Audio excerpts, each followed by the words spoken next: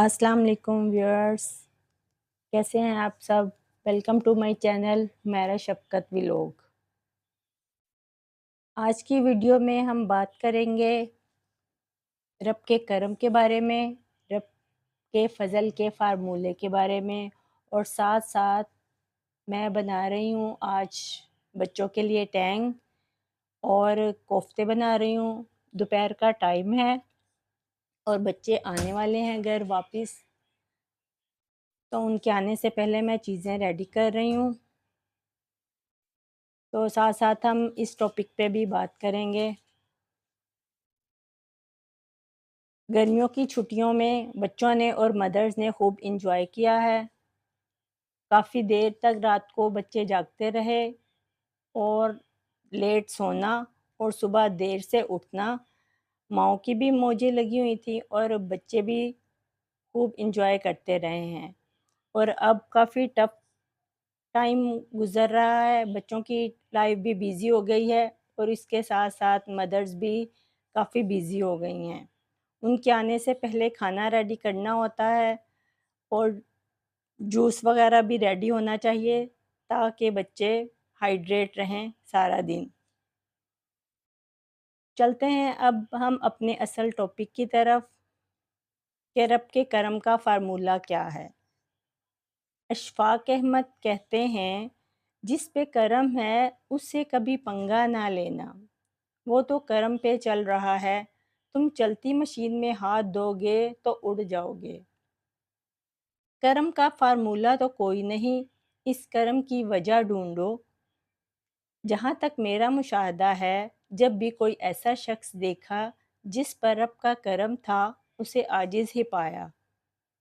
پوری عقل کے باوجود بس سیدھا سادہ سا بندہ بہت تیزی نہیں دکھائے گا، الجھائے گا نہیں، رستہ دے دے گا، بہت زیادہ غصہ نہیں کرے گا، سیدھی سادی سی بات کرے گا۔ میں نے ہر کرم ہوئے شخص کو مخلص دیکھا، اخلاص والا دیکھا، غلطی کو مان جاتا ہے، معذرت بھی کر لیتا ہے، سرنڈر کر لیتا ہے۔ جس پر کرم ہوا ہے نا، میں نے اسے دوسروں کے لیے فائدہ مند ہی دیکھا ہے۔ یہ ہو ہی نہیں سکتا کہ آپ کی ذات سے نفع ہو رہا ہو، آپ کی ذات سے کسی کو فائدہ پہنچ رہا ہو، کوئی آپ سے نفع اٹھا رہا ہو اور اللہ آپ کے لیے کشادگی کو روک دے اور کرم کرے۔ میں نے ہر صاحب کرم کو احسان کرتے دیکھا ہے، حق سے زیادہ دیتا ہے، اس کا درجن تو 13 کا ہوتا ہے، 12 کا نہیں ہوتا۔